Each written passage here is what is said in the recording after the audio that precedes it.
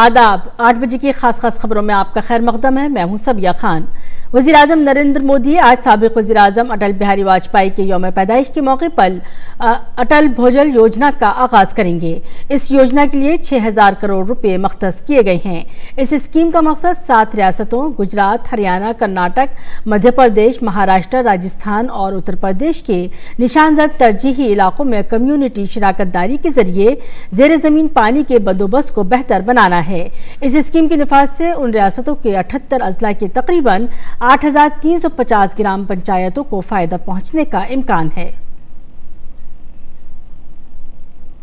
आज साबिक़ वज़ीर आज़म और भारत रत्न अटल बिहारी वाजपेयी का यौम पैदाइश है।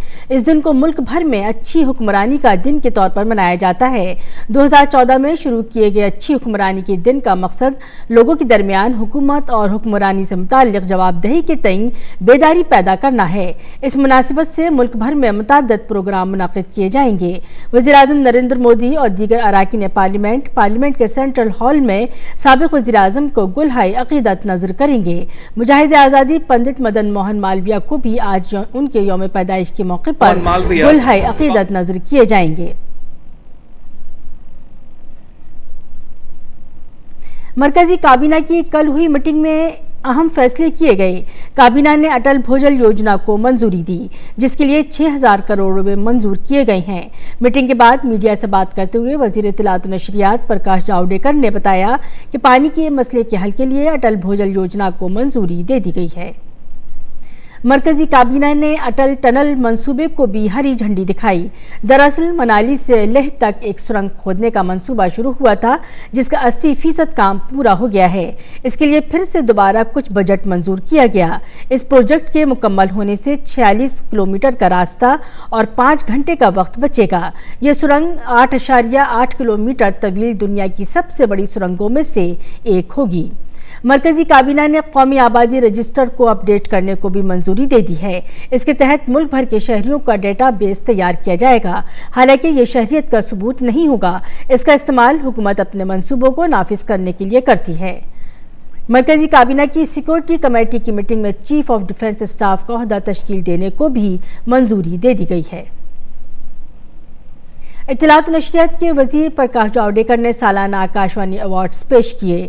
आकाशवाणी अपने मुख्तलिफ मराकिज़ और इदारों के मुलाजमीन की पेशा वराना हुस्न कारकर्दगी में इजाफा करने के लिए 1974 से ये अवार्ड दे रहा है। आकाशवाणी के सालाना अवार्ड तकरीब से खिताब करते हुए प्रकाश जावड़ेकर ने कहा कि हुकूमत 2024 में डिजिटल रेडियो का आगाज़ करेगी। डिजिटल रेडियो की आवाज़ ज़्यादा वाज़ेह तौर पर सुनी जा सकेगी और इससे रेडियो की रसाई में भी इजाफा होगा। इस मौके पर प्रसार भारती के CEO शशि शेखर वेम्पति ने कहा कि रेडियो नशरियात का एक अहम वसीला है, जिसमें मुख्तलिफ किस्म की सलाहियत और हुनरमंदी वाले लोगों का इम्तिजाज बहुत ज़रूरी है। प्रसार भारती के चेयरमैन एस सूर्य प्रकाश ने कहा कि अवामी नशरियाती इदारा होने के नाते आकाशवाणी पर बड़ी जिम्मेदारी आयद होती है। वज़ीर दाखिला अमित शाह ने एक इंटरव्यू में कहा है कि NPR के आदाद शुमार का NRC से कोई ताल्लुक नहीं है और इसमें किसी तरह की दस्तावेज़ात का मुतालबा नहीं किया जाएगा। वज़ीर दाखिला ने यह भी कहा है कि अभी NRC पर कोई गौर खौस नहीं किया जा रहा है। 2 दिन कबल वज़ीर आज़म मोदी ने भी वजाहत की थी कि हुकूमत NRC पर गौर नहीं कर रही है।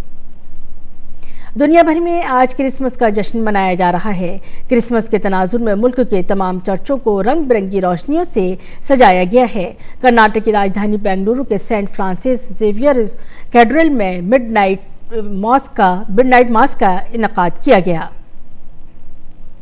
चेन्नई के सेंट पॉल चर्च में अकीदतमंद ईसा मसीह की पैदाइश का जश्न मनाने के लिए पहुंचे। बड़ी तादाद में अकीदतमंदों ने मोमबत्तियां जलाई और हाथ जोड़कर दुआ की। मुंबई में सेंट माइकल चर्च में भी रात में बड़ी तादाद में लोग पहुंचे। यहां लोगों ने हजरत मसीह की यौम पैदाइश से मंसूब मौसीकी प्रोग्राम में शिरकत की। त्रिवेंद्रम के ST जोसेफ कैथेड्रल पिलियम चर्च में बड़ी तादाद में अकीदतमंद जमा हुए और हजरत ईसा मसीह की पैदाइश की याद में खुसूसी दुआएं की गईं। صدر جمہوریہ جناب رام ناتھ کووند نے کرسمس کے موقع پر لوگوں کو مبارکباد دی ہے۔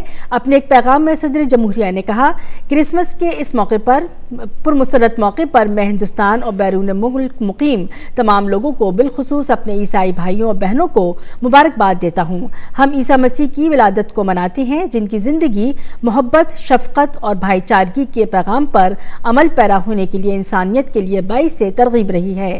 آج جبکہ دنیا خود کو کشمکش، نفرت اور تشدد میں مبتلا پاتی ہے، تو ان کے قول و فعل میں زخموں کو بھرنے اور ان سے باہر نکلنے کا راستہ دکھانے کی طاقت ہے۔ آئیے آج ہم ان کے ذریعے دکھائے گئے راستے پر چلنے کے اپنے عزم کا اعادہ کریں اور ایک رحم دل اور زیادہ مساوی معاشرے کی تشکیل کریں۔